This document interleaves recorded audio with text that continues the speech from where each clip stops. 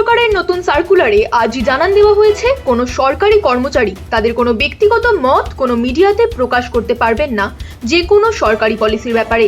এই সার্কুলারের পরে যে সরকারি কর্মচারীরা ডিএ বৃদ্ধি নিয়ে দীর্ঘ প্রতিবাদে যুক্ত ছিলেন তাদের সবাইকে রাতারাতি চুপ করে যেতে হবে। টিএমসির প্রথম রিয়াকশন শুনে নিন। মন্ত্রিসভার বৈঠকে এখনো ডিএ দেয়া হলো না, বলুন। বকেয়া ডিএ নতুন সরকার এলেই মিটিয়ে দেবে, কেন দিল না বলুন? এখন এগুলো বলবেন না। সরকারি কর্মচারীদের সম্পূর্ণভাবে কণ্ঠরোধ করে দেওয়া হলো এই সার্কুলারের মাধ্যমে। প্রাক্তন মুখ্যমন্ত্রী মমতা বন্দ্যোপাধ্যায় কিন্তু এই আইন কড়া হাতে প্রয়োগ করেননি গণতন্ত্রের কথা ভেবে, সেই কারণে তিনি সমালোচিত হয়েছেন। এর সুযোগ নিয়ে ধর্ণা মঞ্চ থেকে কি কি ভাষায় আক্রমণ করা হয়নি, এই সরকারকে কি কি বলা হয়নি। আর আজকে কথা বলা নিষিদ্ধ, সমালোচনা নিষিদ্ধ, সরকারি নীতির প্রেক্ষিতে কিছু বলা নিষিদ্ধ। যদি খতিয়ে দেখতে হয় তাহলে আমাদের এটাও দেখতে হবে যে যদি এই নির্দেশিকা যেটা হয়েছে 139 CS 2026, এটা যদি ওনারা যেভাবে দিলেন তাতে কিন্তু একটা জিনিস দেখা যাচ্ছে যে কোনো নাগরিক যদি সরকারি চাকরিতে যোগ দেন নিশ্চয়ই তার কিছু নিয়ম নীতি আছে, কিন্তু সংবিধান প্রদত্ত যে মৌলিক অধিকার, বিশেষ করে আর্টিকেল 19/1, সেটা কিন্তু শূন্য হয়ে যেতে পারে না। অর্থাৎ আপনার স্বাধীন মত প্রকাশের স্বাধীনতা, আপনি সরকারি কর্মচারী বলে সেটা বিলুপ্ত হয়ে যেতে পারে না। এবং শুধুমাত্র একটা প্রশাসনিক আদেশের মাধ্যমে কোনো মৌলিক অধিকারকে সংবিধান স্বীকৃত সেটা কিন্তু কেড়ে নেওয়া যায় না। এই ধরনের কোনো সার্কুলার দেওয়ার আগে তার কেন প্রয়োজন, লিগ্যাল এবং পার্লামেন্টারি তার যে বৈধতা, প্রয়োজনীয়তা, প্রাসঙ্গিকতা, এগুলো প্রমাণ করা প্রয়োজন। আমরা খুব পরিষ্কারভাবে বলছি যে এই সার্কুলার, এটা দুটো তিনটে দিক আছে। একটা হচ্ছে সরকারি কর্মচারীদের কণ্ঠরোধ, দাবি দাওয়া নিয়ে আন্দোলন যাতে না ওঠে। এক হচ্ছে কণ্ঠরোধ, এই সার্কুলারের ফল কি, কেন করা হলো। নাম্বার 1, সরকারি কর্মীদের কণ্ঠরোধ, তারা আর নিজের কথা বলতে পারবেন না। 2, দাবি দাওয়া নিয়ে আর প্রকাশ্যে সরব হতে পারবেন না, যেটা মাননীয় প্রাক্তন মুখ্যমন্ত্রী মমতা বন্দ্যোপাধ্যায়ের জমানায় যে অধিকার ছিল সেই অধিকার কেড়ে নেওয়া হলো।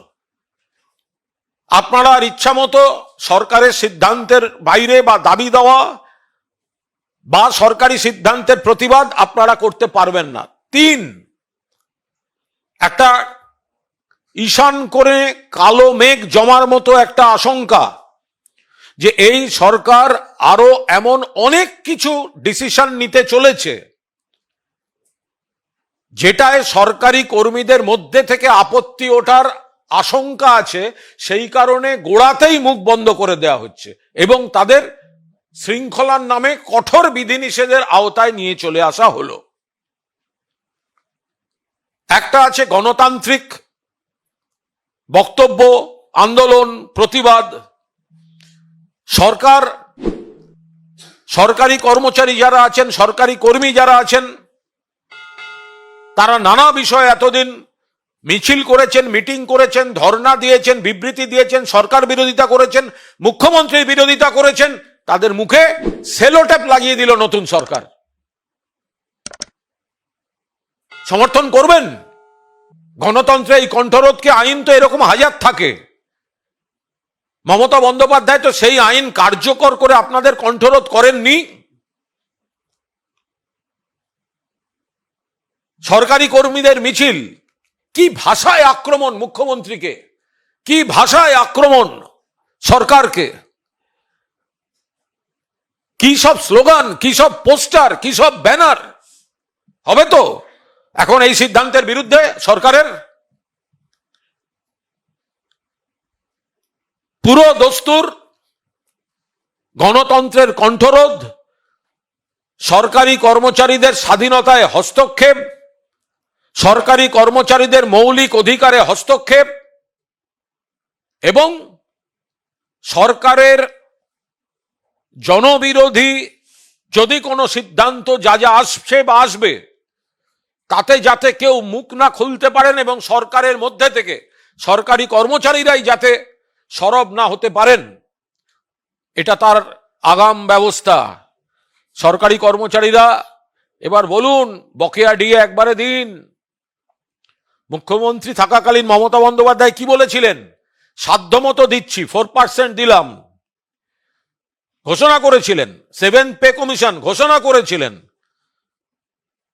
ছাত্রদের বিবেকানন্দ স্কলারশিপ মমতা বন্দ্যোপাধ্যায়ের ঘোষণা করে যাওয়া। 7th pay commission Mamata Bandyopadhyay ঘোষণা করেছিলেন। 4% ডিএ মমতা বন্দ্যোপাধ্যায় ঘোষণা করেছিলেন। আরো দেওয়ার ইচ্ছে ছিল, কেন্দ্রীয় সরকার টাকা বন্ধ করে রেখেছে, ইচ্ছা থাকলেও দিতে পারছেন না। আর বিজেপি বারবার বলেছে ক্ষমতা এলে পুরোটা মিটিয়ে দেওয়া হবে। মমতা বন্দ্যোপাধ্যায় বুঝিয়েছেন আমাদের ডিএও যেমন দেওয়া হচ্ছে, যতটা বেশি সম্ভব দেওয়া হচ্ছে, পার্সেন্টেজ এবং রেশিওয়ে তুলনা করুন। পাশাপাশি আমাদের পেনশনও দেওয়া হয়। অনেক বিজেপি শাসিত রাজ্যে কিন্তু পেনশন দেওয়া হয় না, পেনশনটা বন্ধ করে দিয়েছে, ডিএ আছে। আমরা এখানে পেনশনও দিই, ডিএও দিই। আজ যারা ধর্ণা দিতেন তারা যদি আজকে এর প্রতিবাদ না করেন তাহলে ধরে নিতে হবে যে এনারা এই ধরনের প্রক্রিয়াগুলো এর পার্ট অ্যান্ড পার্সেল। এর পরেও যদি আপনারা বলবেন না অবিলম্বে বকেয়া ডিএ কেন দেওয়া হচ্ছে না, সেটা তো আপনার সার্কুলারের এগেনস্টে চলে যাবে। আপনি তো শৃঙ্খলা ভঙ্গ করে ফেলবেন। আপনার দাবি চাইলেও তো আপনি শৃঙ্খলা ভঙ্গ করে ফেলবেন। আজকে যদি আপনাদের কোনো নেতা এবার ওই সব বাইটগুলো হোক, ভিডিও, বড় বড় কথা, সরকারকে, মুখ্যমন্ত্রীকে আক্রমণ করে দিনের পর দিন যা করেছেন, এই সার্কুলার যখন কণ্ঠরোধ করছে হোক। আজকে সরকারি কর্মচারীরা যদি নিজেদের দাবি তুলতে চান, সরকারের বক্তব্যে সন্তুষ্ট না হন, তাহলে কোনো নেতা দাবি তুললে তো এখানকার সরকার ওই আনন্দ সিনেমার ডায়লগ শুনিয়ে দেবে, ভাস্কর বাস্কর আর তঙ্গ মতকর। আপনাদের দাবি দাওয়া মমতা বন্দ্যোপাধ্যায় একটা খোলা পরিবেশ দিয়ে দিয়েছিলেন।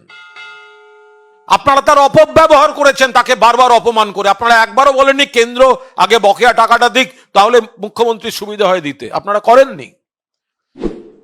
এই রাম বাম একসঙ্গে মিলে আপনারা এইগুলো করেছেন। তৃণমূল কংগ্রেস এর পরিপ্রেক্ষিতে যা যা ব্যবস্থা নিচ্ছে, এটা গণতান্ত্রিক অধিকারে হস্তক্ষেপ, সরকারি কর্মচারীদের মৌলিক অধিকারে হস্তক্ষেপ, গণতন্ত্রের কণ্ঠরোধের চেষ্টা, সরকারি কর্মচারীদের কণ্ঠরোধের চেষ্টা। আমরা স্পষ্টভাবে আপনাদের এটা জানিয়ে দিলাম।